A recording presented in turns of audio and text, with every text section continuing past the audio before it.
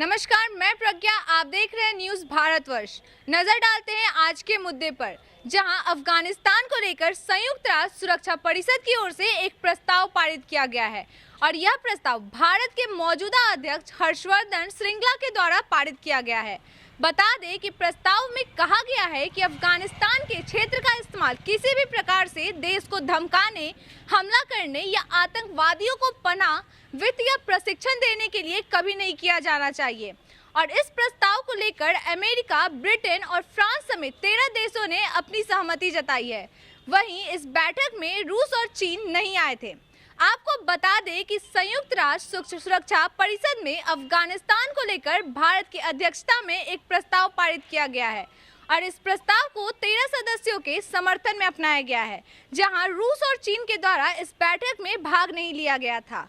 इस प्रस्ताव में विदेश सचिव हर्षवर्धन श्रृंगला के द्वारा कहा गया कि अफगानिस्तान के क्षेत्र का इस्तेमाल किसी प्रकार की आतंकी गतिविधियों के लिए नहीं होना चाहिए। आपको बताते चले कि श्रृंगला के द्वारा अफगानिस्तान पर यूएनएससी की बैठक के बाद कहा गया कि तालिबान के 27 अगस्त के बयान को नोट कर लिया गया है और सुरक्षा परिषद इसको लेकर तालिबान से अपने वादे पर कायम रहने की उम्मीद भी करता है। बता दें कि इस प्रस्ताव में अफगानिस्तान में रह रहे सभी विदेशी नागरिकों की सुरक्षित निकासी भी शामिल है।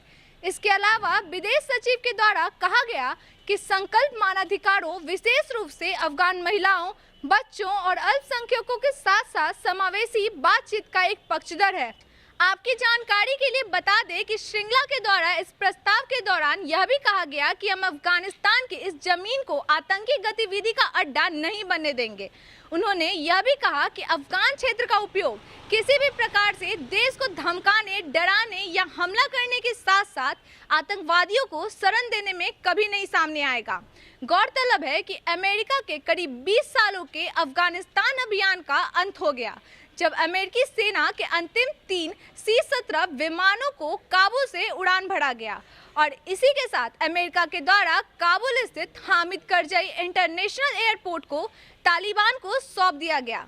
इसी तरह तमाम खबरों के लिए बने रहें न्यूज़ भारतवर्ष के साथ। मैं प्रज्ञा, पटना।